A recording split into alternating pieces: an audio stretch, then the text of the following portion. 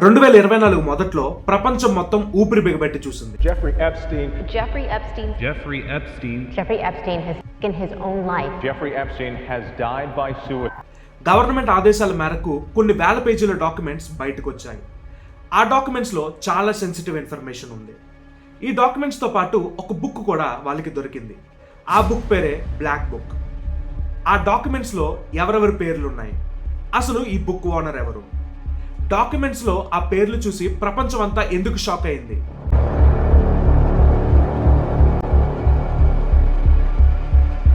ఈ black book owner పేరు Jeffrey Epstein.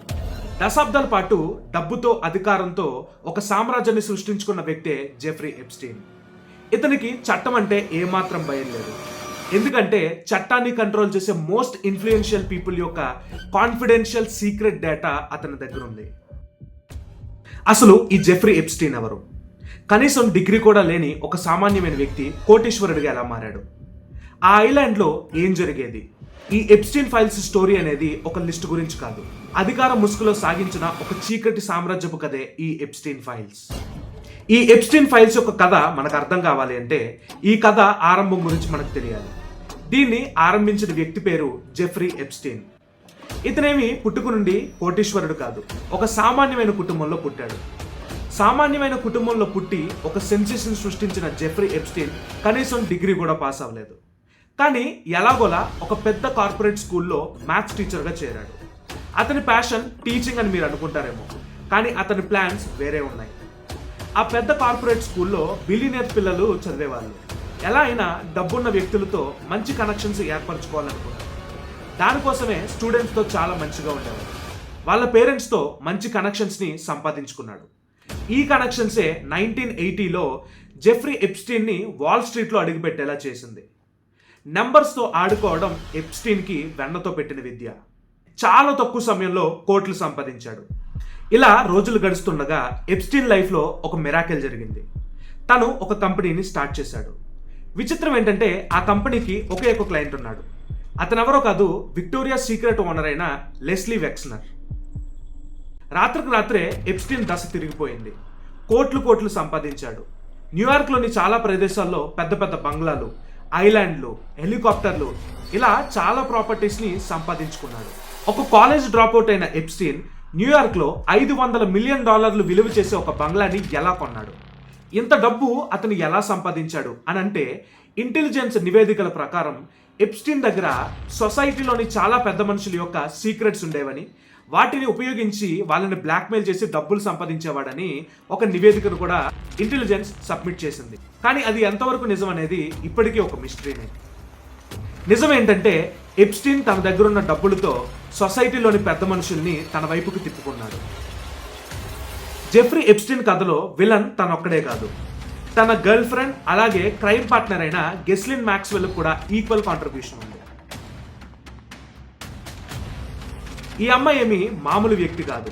గెస్లిన్ Maxwell తండ్రి గారి పేరు రాబర్ట్ మ్యాక్స్వెల్. ఇతను ఇస్రాయెల్ మొసాద్లో ఒక స్పైగా పనిచేశాడని, అలాగే ప్రపంచంలో చాలా స్పై ఏజెన్సీలో ఒక క్రూషియల్ అసెట్గా వర్క్ చేశాడు అనేది ప్రచారంలో ఉన్న విషయం. గెస్లిన్ రాబర్ట్తో పాటు చాలా ఎలైట్ పార్టీస్కి వెళ్ళేది. లైఫ్ని చాలా బాగా ఎంజాయ్ చేసేది. రాబర్ట్కి చాలా మంది పెద్ద మనుషులతో మంచి కనెక్షన్స్ ఉండేవి. కానీ అకస్మాత్తుగా రాబర్ట్ ఒకరోజు చనిపోయాడు. గెస్లిన్ పరిస్థితి అయోమయం అయిపోయింది. తను ఒక్కసారిగా రోడ్డు మీదకి వచ్చేసింది. తన దగ్గర ఇప్పుడు డబ్బులు లేవు. అప్పటి వరకు ఒక రాయల్ లైఫ్ ఎంజాయ్ చేసిన గెస్లిన్ ఇప్పుడు ఒక అనామకురాల్లా రోడ్డు మీద తిరుగుతూ ఉంది. తన దగ్గర ఉన్నది కేవలం తండ్రి దగ్గర నుండి సంపాదించుకున్న సీక్రెట్ ఇన్ఫర్మేషన్ అలాగే డేటాబేసెస్ మాత్రమే. కానీ ఇప్పుడున్న పరిస్థితుల్లో గెస్లిన్కి కావాల్సింది డబ్బులు మాత్రమే. ఈ టైంలోనే గెస్లిన్ మ్యాక్స్వెల్కి ఎప్స్టీన్ పరిచయం అయ్యాడు.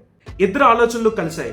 ఇప్పటి వరకు 2 డిఫరెంట్ డైరెక్షన్లో ప్రయాణించిన వీళ్ళ జీవితాలు ఇప్పుడు ఒకే డైరెక్షన్లో ప్రయాణించడం స్టార్ట్ అయింది. ఇలా రోజులు గడిచే కొద్దీ వీళ్ళ మధ్యన ఈ పరిచయం ప్రేమగా మారింది. ఇప్పుడు వీళ్ళిద్దరూ పార్ట్నర్స్ ఇన్ క్రైమ్. గెస్లిన్ మ్యాక్స్వెల్ తన తండ్రి దగ్గర నుండి సంపాదించుకున్న కనెక్షన్స్ని అలాగే సీక్రెట్ డేటాబేస్ని ఎప్స్టీన్కి ఇచ్చింది. బ్లాక్మెయిల్ చేయడానికి కావాల్సినవన్నీ కూడా గెస్లిన్ మ్యాక్స్వెల్ ఎప్స్టీన్కి సమకూర్చింది. ఈ విధంగా వాళ్ళిద్దరూ తమ యొక్క కెరీర్ని స్టార్ట్ చేశారు. ఇప్పుడు ఎప్స్టీన్ దగ్గర గెస్లిన్ ఇచ్చిన ఎలైట్ పర్సన్స్తో మంచి కాంటాక్ట్స్ ఉన్నాయి. వాళ్ళతో మంచి ర్యాపో కూడా మెయింటైన్ చేస్తున్నాడు. కానీ డబ్బులు సంపాదించడానికి ఒక పెద్ద ప్లాన్ వేయాలనుకున్నారు. ఈ టైంలోనే గెస్లిన్ మ్యాక్స్వెల్ ఒక మాస్టర్ ప్లాన్తో ఎప్స్టీన్ దగ్గరకు వచ్చింది. తను పబ్లిక్ ప్లేసెస్లో ఉన్న అమాయకపు అమ్మాయిల్ని ట్రాప్ చేయడం స్టార్ట్ చేసింది. పబ్లిక్ ప్లేసుల్లో బెగ్ చేసుకునే అమ్మాయిల్ని, ఇంట్లోంటి పారిపోయి వచ్చిన అమ్మాయిల్ని టార్గెట్స్గా గెస్లిన్ ఫిక్స్ చేసుకుంది. వాళ్ళకి ఫుడ్ పెట్టించి, మంచిగా బట్టలు కొని, మంచిగా షాపింగ్ చేయించి, ఈ విధంగా వాళ్ళకి కావాల్సిన అవసరాలన్నీ కూడా గెస్లిన్ తీర్చేది. వాళ్ళ దృష్టిలో ఇప్పుడు గెస్లిన్ మ్యాక్స్వెల్ ఒక దేవత. తను ఏం చెప్పినా వాళ్ళు చేయడానికి రెడీ అయ్యారు. ఇలా రోజులు గడుస్తూ ఉండగా గెస్లిన్ మ్యాక్స్వెల్ వాళ్ళకి మసాజ్ చేయడం నేర్పించింది. వాళ్ళకి ఒకటే మాట చెప్పింది, మీరు మసాజ్ చేస్తే చాలా డబ్బులు సంపాదించుకోవచ్చు, మీ కలలన్నీ కూడా మీరు నెరవేర్చుకోవచ్చు, మీరు ధనవంతులు అవుతారు అని తన మాయ మాటలు చెప్పడం స్టార్ట్ చేసింది. కొంతమంది పర్సన్స్ దగ్గరికి తీసుకెళ్లి వాళ్ళతో మసాజ్ చేయించి మంచి డబ్బులే వాళ్ళకి అందేలా చేసింది.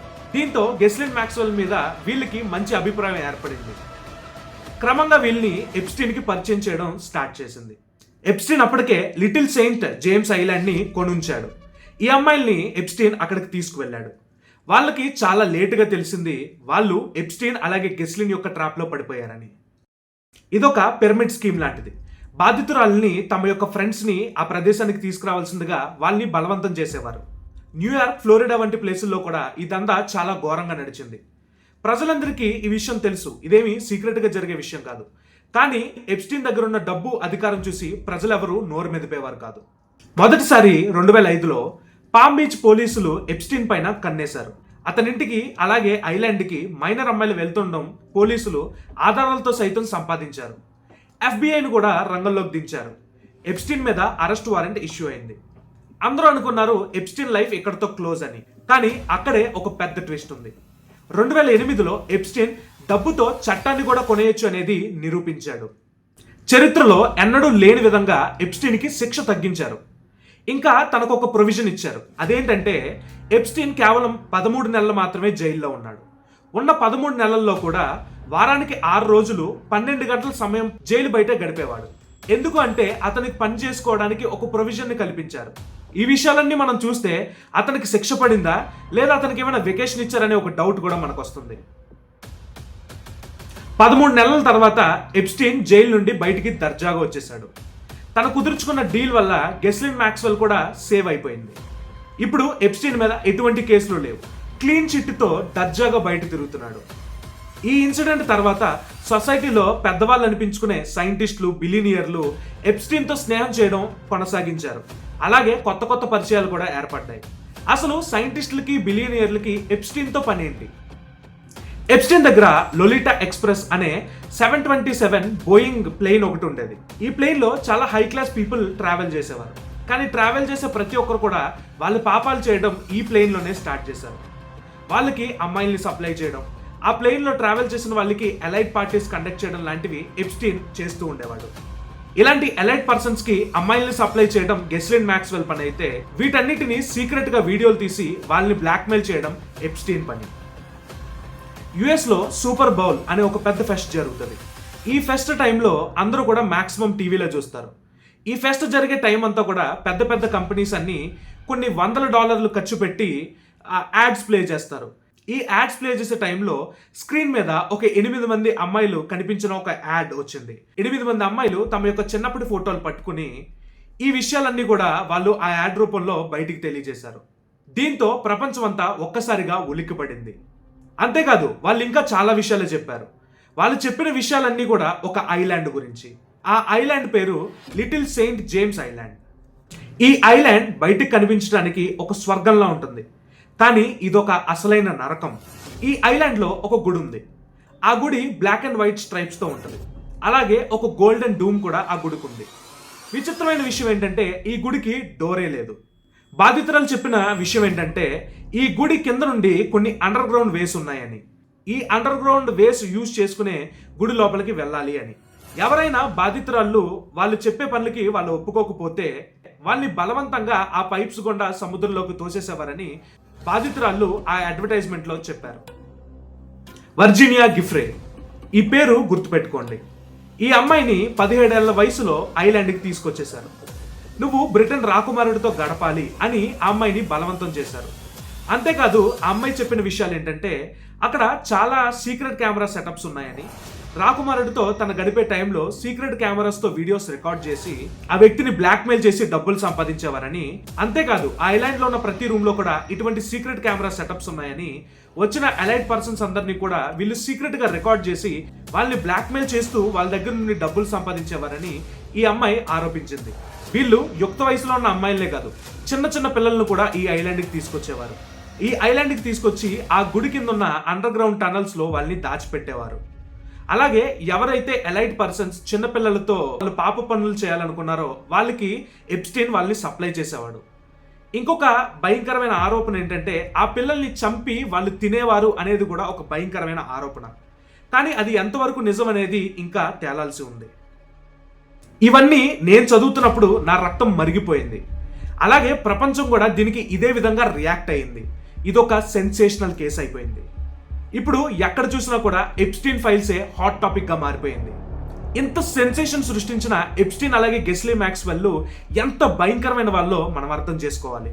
చరిత్రలో ప్రేమించుకున్న వాళ్ళు ప్రేమకు చిహ్నాలుగా మిగిలిపోయారు. గొప్ప గొప్ప కట్టడాలను కట్టించి వాళ్ళ యొక్క ప్రేమని వ్యక్తపరుచుకున్నారు. కానీ వీళ్ళిద్దరి ప్రేమ చూస్తే మనకు అర్థమవుతుంది, ఇద్దరు భయంకరమైన వ్యక్తులు ప్రేమించుకుంటే ఎంతటి రాక్షసత్వాన్ని వాళ్ళు చూపిస్తారు అనేది ఈ ఇద్దరు జంటను చూసినప్పుడు మనకు అర్థమవుతున్న విషయం. ఇక్కడ గమనించాల్సిన విషయం ఏంటంటే ఈ లిస్ట్ లో పేర్లు ఉన్నంత మాత్రాన వాళ్ళు తప్పులు చేసినట్లు కాదు. కానీ ఒక ఇంటర్నేషనల్ క్రిమినల్ తో వీళ్ళందరికీ ఏం పని? ఇన్ని సంవత్సరాలు అక్కడ ఏం జరుగుతుందో ఎవరు గమనించలేదా? లేక చూసి చూడనట్లు వదిలేశారా? కథ ఇక్కడతో అయిపోలేదు. అసలు ట్విస్ట్ ఇక్కడే ఉంది. 2019లో జెఫ్రీ ఎప్స్టీన్ ని అరెస్ట్ చేశారు. అతన్ని జూలై నెల 2019 సంవత్సరంలో అరెస్ట్ చేశారు. ఆగస్టు 10, 2019 రాత్రి metropolitan jail cell number 123. Epstein తన బెడ్షీట్ తో ఉరేసుకున్నాడని పోలీసులు చెప్పారు. కానీ పోస్ట్ మార్టం రిపోర్ట్ వేరే కథ చెప్తుంది. అతని గొంతులో హైయర్డ్ బోన్ 3 ముక్కలైంది. ఫారెన్సిక్ నిపుణుల ప్రకారం వయసు మళ్ళిన వ్యక్తి ఉరివేసుకుంటే ఈ ఎముక విరగదు. కేవలం గొంతు నులిమి చంపినప్పుడు, అంటే స్ట్రాంగులేషన్ మెథడ్ ద్వారా చంపినప్పుడు మాత్రమే ఈ ఎముక విరిగే అవకాశం ఉంది. అంతేకాదు సరిగ్గా ఆ రాత్రి 2 సీసీటీవీ కెమెరాలు పాడైపోయాయి.